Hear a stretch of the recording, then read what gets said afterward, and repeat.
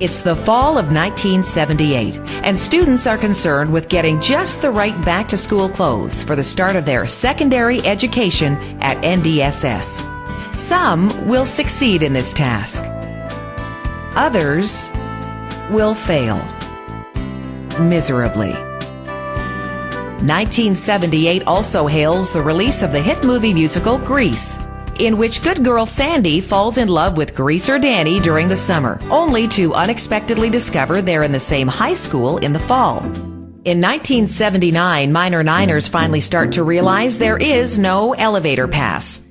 And in fact, not even an elevator to the second floor of the school. And they hit the books, some of them sporting the newly introduced Sony Walkmans they find under the Christmas tree. A total solar eclipse appears over northern Canada, and a partial solar eclipse is visible over almost all of North America. The event is later linked to the on switch on the kiln in the N.D.S.S. art department.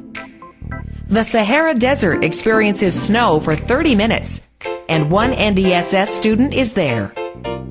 Also in 1979, Pluto moves inside Neptune's orbit for the first time since either was known to science. Pluto has no idea that he will one day lose his planetary status, and neither do N.D.S.S. science teachers, who celebrate by sacrificing one of their own using common chemicals found in the school lab. Joe Clark becomes Canada's 16th and youngest Prime Minister.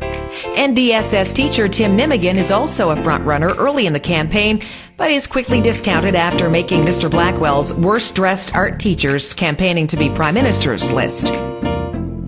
Fall descends on N.D.S.S., and a fairly uneventful autumn ends in tragedy in Cincinnati, Ohio, where a stampede for seats at a Who concert kills 11 fans. The one N.D.S.S. student lives to tell his story, attributing his survival to having had a bit of a leg up on the other concertgoers. 1980, The Empire Strikes Back opens in theaters, and N.D.S.S. geography teachers mark the event by attaching a planet to the back of one of their own. Millions of viewers tune in to the primetime TV soap opera Dallas to learn who shot JR. And to this day, the world still thinks it was Kristen. Post-it notes are introduced by 3M, and the trick of sticking Kick Me notes on friends' backs becomes much easier for N.D.S.S. students. Pierre Trudeau returns to office as Prime Minister of Canada. And once again, Tim Nimigan fails in his bid to become our country's leader. 1981.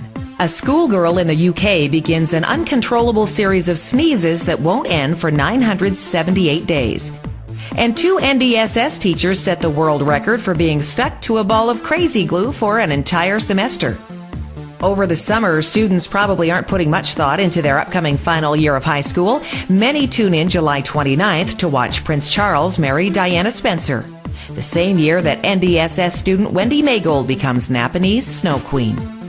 Dynasty premieres on primetime TV and becomes an instant hit, sparking nearly everyone to update to a more glamorous wardrobe.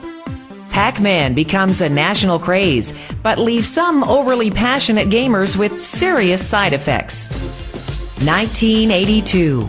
Intruder Michael Fagan visits Queen Elizabeth for a chat in her bedroom, while N.D.S.S. students worship their own form of royalty.